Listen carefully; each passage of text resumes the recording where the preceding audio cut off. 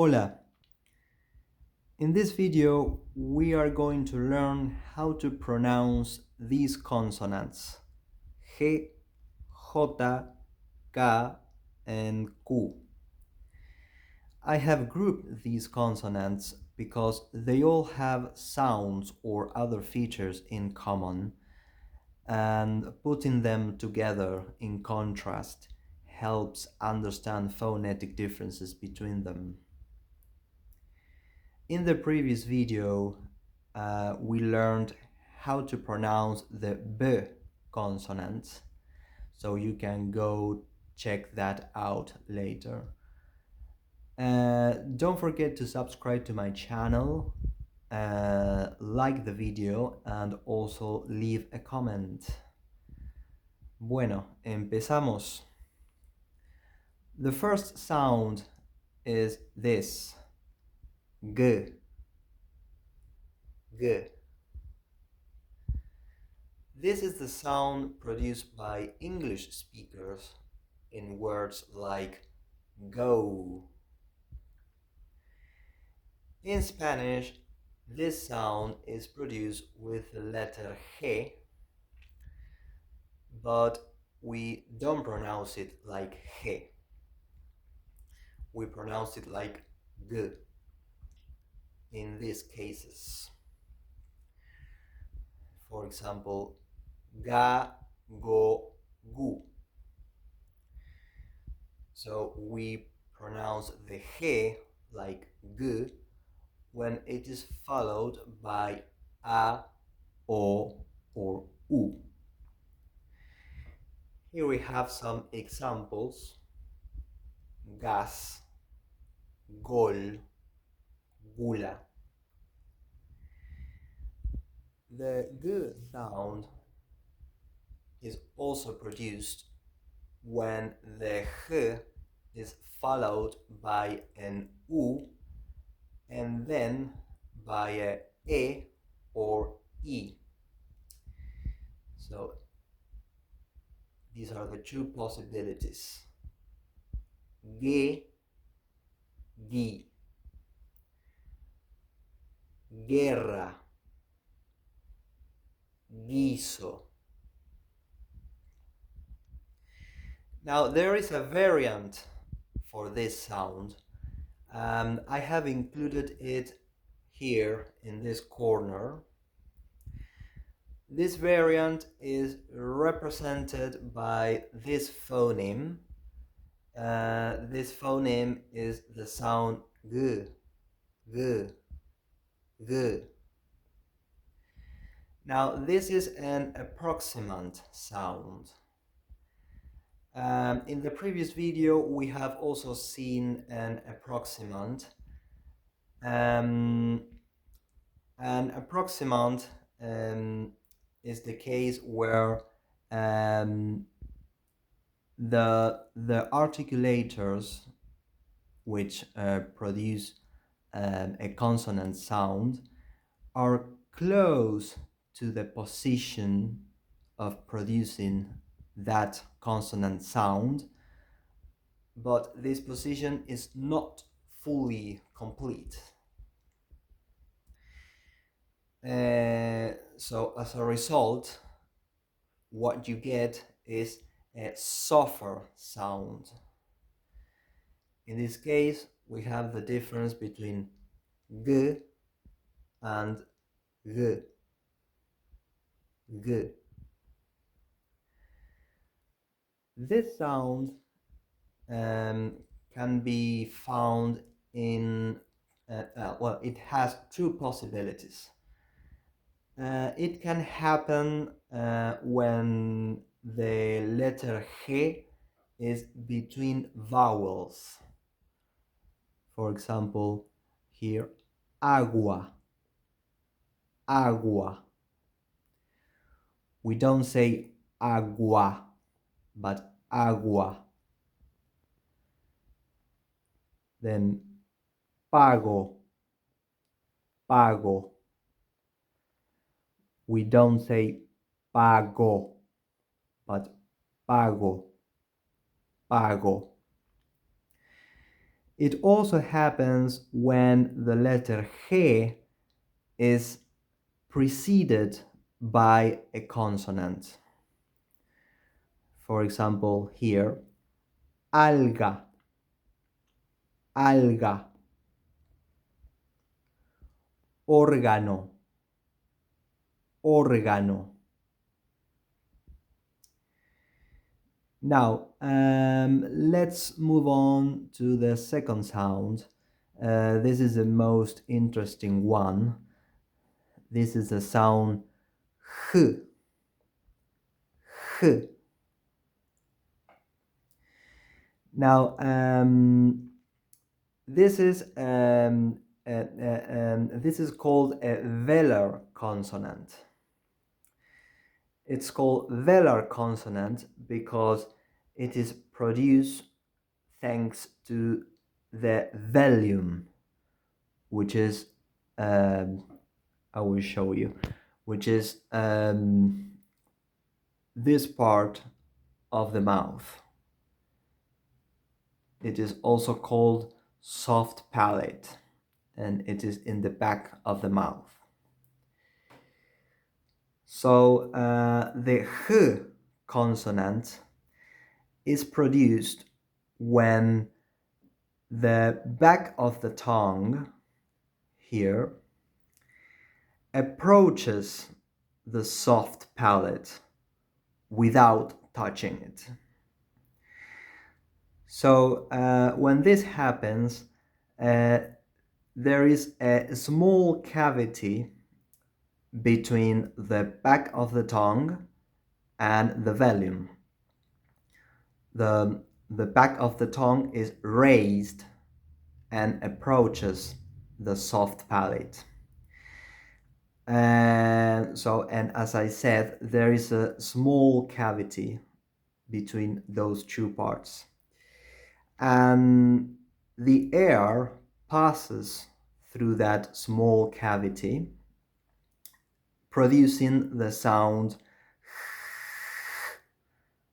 h, h. English speakers don't have this sound. Actually, it used to exist in Old English. For example, in some Scottish words like loch, like the Loch Ness. But it does exist in other European languages. For example, if you are a German speaker, you have this sound. If you are a Russian speaker, you also have this sound, and actually this is one letter of the Russian alphabet. So let's see in which cases this sound is produced in Spanish. First, we have these two cases, G and he. So we produce this sound with the letter G when this consonant is followed by E or E without an U in the middle. For example, gema, página. We also produce this sound with the letter J. J. And here you can see that we produce the H sound with the letter J with all its possible combinations with vowels. So we have ja, je, ji, jo, ju. And actually, that is the sound of laughter in Spanish. For example, ja, ja, ja, ja, ja, je, je, je, je, je, and so on. So here we have some examples. Jeta, jeta. Paja, paja. So you can see that it's the same in these examples, is the same sound and as in these examples. And ojo, ojo.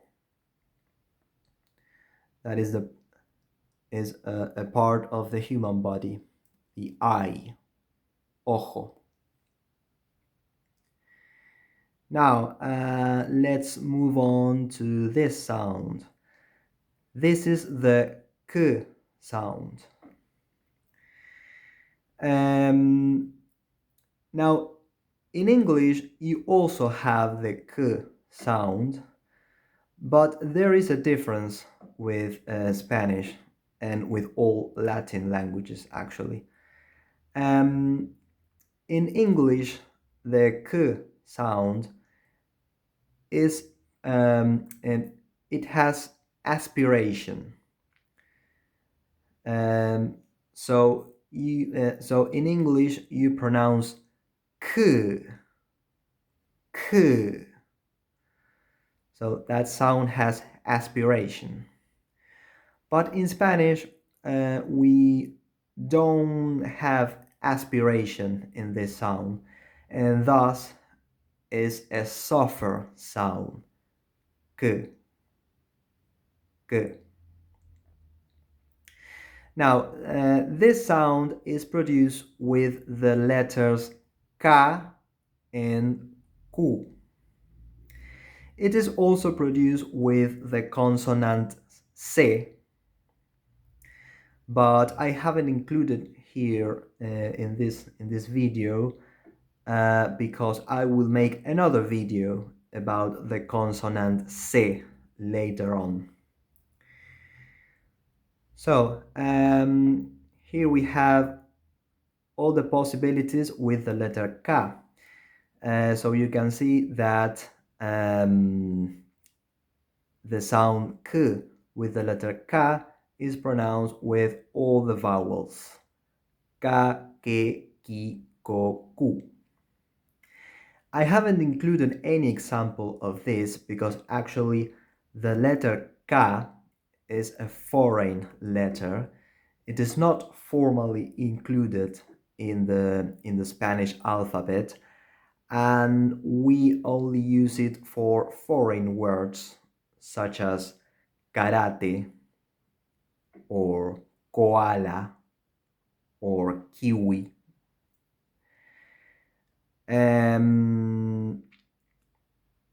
So let's move on to the second row, the second case.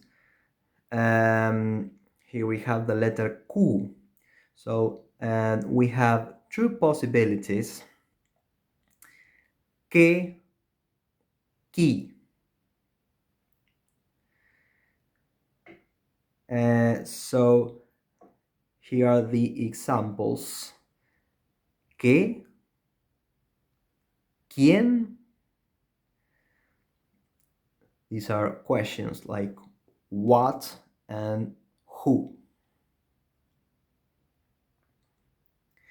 So as you can see here, the letter U is silent, just like here, where the letter U is also silent.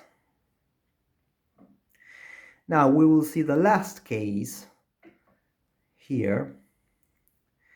In this case, the letter U is not silent.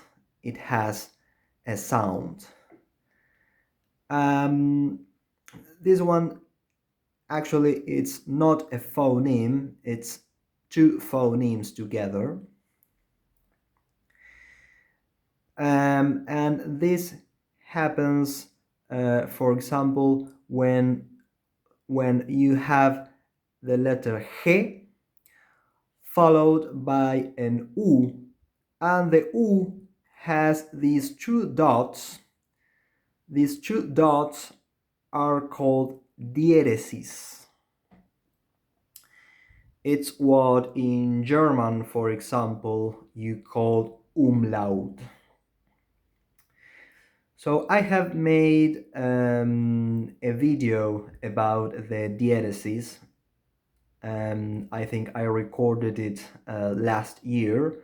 In that video, I explain the diatheses in depth, so you can check that out.